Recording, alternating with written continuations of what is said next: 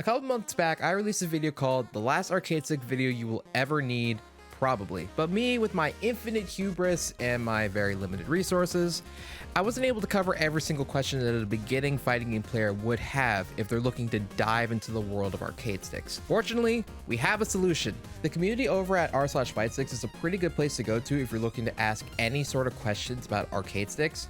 Another good place to go to is the Salt Monastery Discord server, link in the description. So what I'm going to be doing is I'm going to be going through the more recent questions that have been asked on r/Fightsticks and provide my own answers for the members of this community. I'll be posting my comments on these posts, and I will also provide answers in video form to you guys. So I'm going to start by going to the flares, help me decide, and tech help. Well, let's start with help me decide. Which type of controller to buy? Been hating playing on pad on the DualShock controller, hurts my fingers, and just feels weird. Now I'm looking for either getting a fight stick or hitbox. Was leaning more towards hitbox, but after seeing the prices, honestly not sure.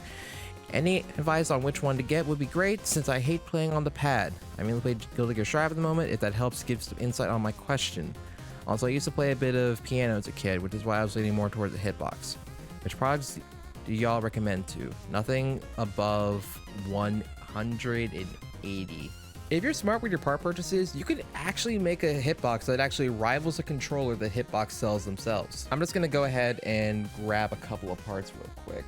All right, so this cuts a decent chunk off the price. It's not too bad. That cuts even more off the price. What are we working with? What do we got left? Oh God. Ugh. All right, that's fine. That's fine. We can work with this. Finding a steel enclosure for like 40 bucks is like not gonna happen. It's just not gonna happen. But what we can do is that we can try and find an acrylic enclosure, and we can get pretty dang close. Why is the case 129? Ah! Okay, what we got for the...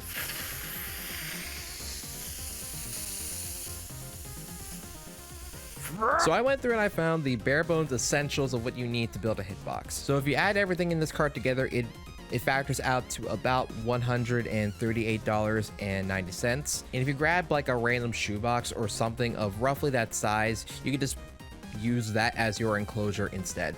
This was a pretty interesting challenge because like the bulk of an arcade stick's cost, as I mentioned in this video, really comes down to the cost of the PCB and also the cost of the enclosure. Like even some of the cheaper enclosures, like this clear Butter Bomber from Buttercade, can factor up to like $80 to $90. So as far as trying to get a controller that can closely replicate the Hitbox's key feature set, this build essentially has all of the features that you would need from the original Hitbox for just barely under the price target if you provide your own enclosure.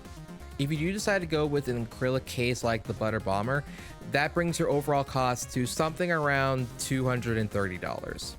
And that is obviously excluding tax and shipping. If you're interested in this build, I will include links to all of the variations for this build in the description below.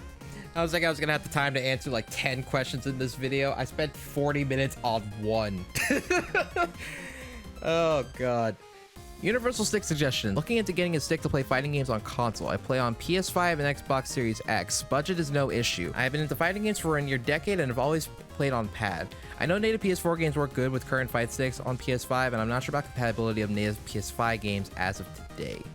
Any good suggestions? Just asking here for more personal kind of answers, feedback, and experiences or knowledge of universal sticks.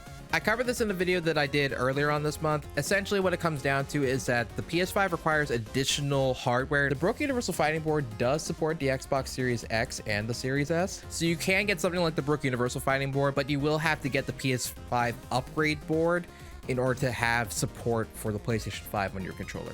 Upgrading my DIY fight stick or save for a legit fight stick. I made a DIY fight stick using the cheap fight stick parts, and the joystick is starting to drift, and I haven't enough money to buy a legit Sanwa JLF. Should I buy the JLF or save this money for buying a legit fight stick? This was a pretty quick and easy answer. You can get the Sanwa JLF for about $25 really anywhere, like Arcade Shock, Focus Attack, Amazon, wherever. And getting replacement ball tops of different colors is usually like $2. So this is a pretty quick and easy fix. If you want to get a Sanwa joystick to upgrade your current arcade stick, yeah, go ahead and do it. It's a pretty cheap fix. definitely much cheaper than buying a new arcade stick. This is the El Clasico. Looking to get my first fight stick. It's what the title says. I want to get a fight stick for Tekken and Guilty Gear on a very small budget. Let's just see if they're right for me. Do you recommend a Joystick Fight Stick Mini instead of Switch one specifically? Ugh.